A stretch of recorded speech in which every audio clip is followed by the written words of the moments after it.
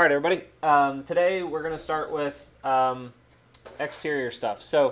And this is we've got kind of a two-parter coming up. This week kind of closes out what we're doing design-wise from interior to exterior, and I'm going to introduce exterior environments in a little bit more detail than what we spoke about before, but it's really not all that different.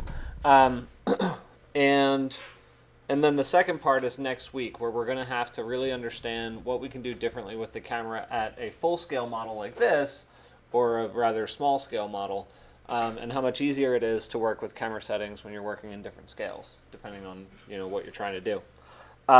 So just real quick, I wanted to show you guys, you saw my draft render last week, but I wanted to show you how I did a couple of things that I was working on here. I'll just kind of do a few like model tutorials for what I was working on and some material stuff, and then we'll go into some more like camera and environment stuff. So basically, let's start with the light. So this light, really all I did was I just drew some boxes and stuff on the facade to give it some character or whatever. It wasn't anything special. And then I drew this little L that sort of sits off the building. So this is like a linear sconce light that just shines along the whole building. So it wasn't really anything special. But what I do want to show you is essentially how I made it. So inside there was this surface, but it's really easy to make. So basically, when I made that surface, all I did was I used Control-Shift-Click and I grabbed both of these. And then with the gumball, I just said Alt, and I clicked forward at 0.5 inches. And that pulled another surface off. And luckily, because I had both surfaces selected at once, it actually kept it joined in a poly surface. So you can just go right back to the gumball and say minus 0.5 inches. The downside of doing that, I think, is that, oh, it didn't work. Minus 0.5 inches. There it goes.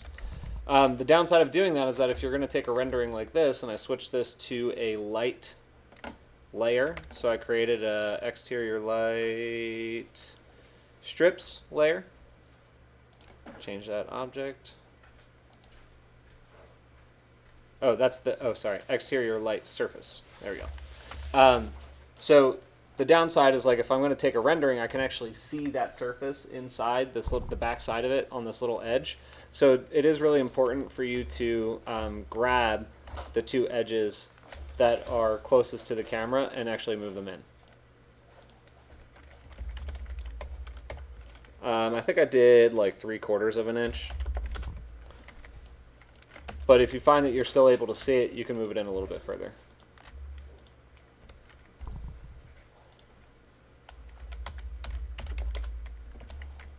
Okay, so that way when I'm looking at it this way, you don't really see that edge. So it's just like a little, cleanup thing. So then I selected both of them, grouped them,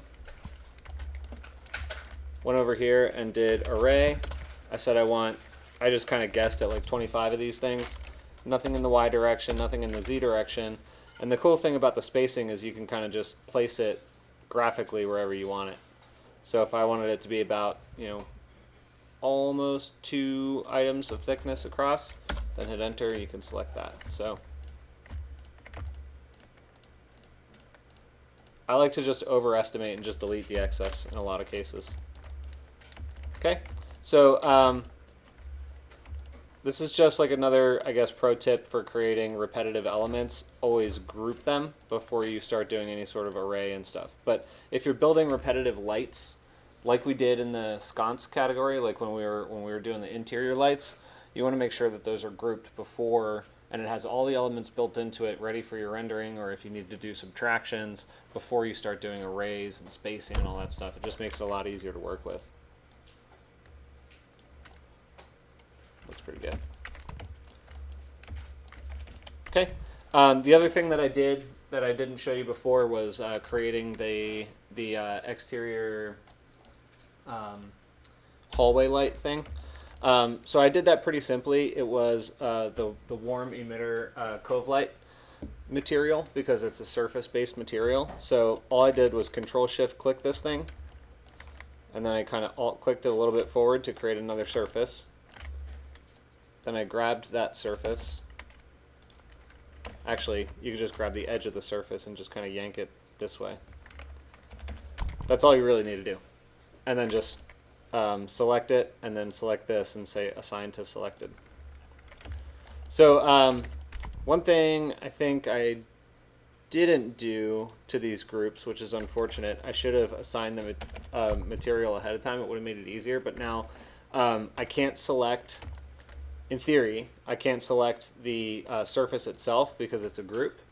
But what you can do is the layers will actually allow you to select everything on that layer within groups, which is quite nice. So if I have this exterior light surface and I want to select all of those objects, it'll allow me to get into the group and select just that layer throughout all the groups. So that's just another little pro tip that I think will save you guys a lot of time in the future if you remember it. And then I created a new light for that. So I'll assign this to selected. Okay. So before I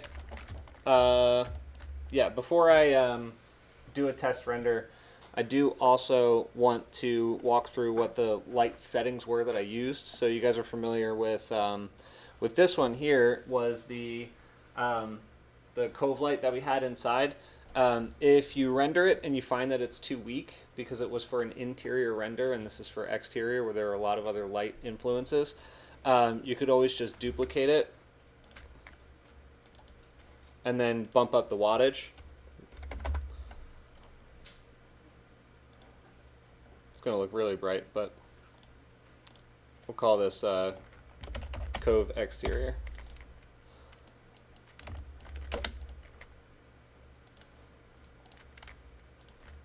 And then for these really repetitive and very long lights, I actually opted for a light family that was a little different. I went obviously with the OmniLight still, but I actually brought the wattage all the way down to 30.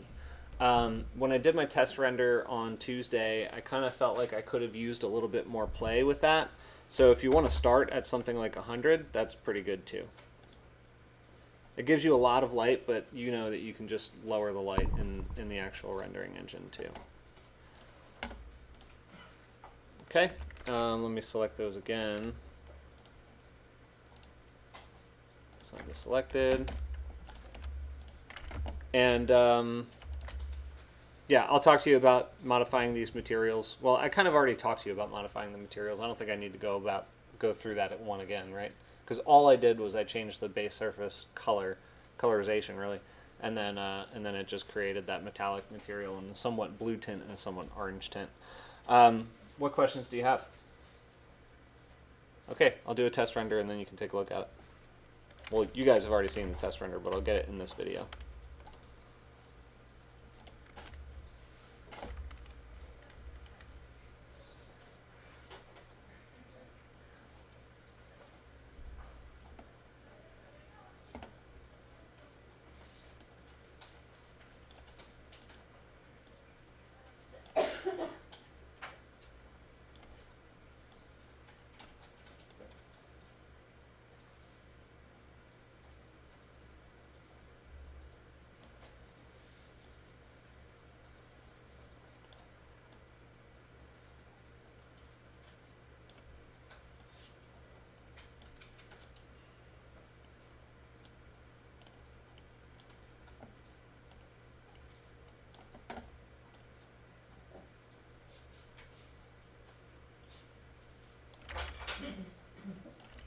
Oh shoot, I'm still recording. I thought I paused it.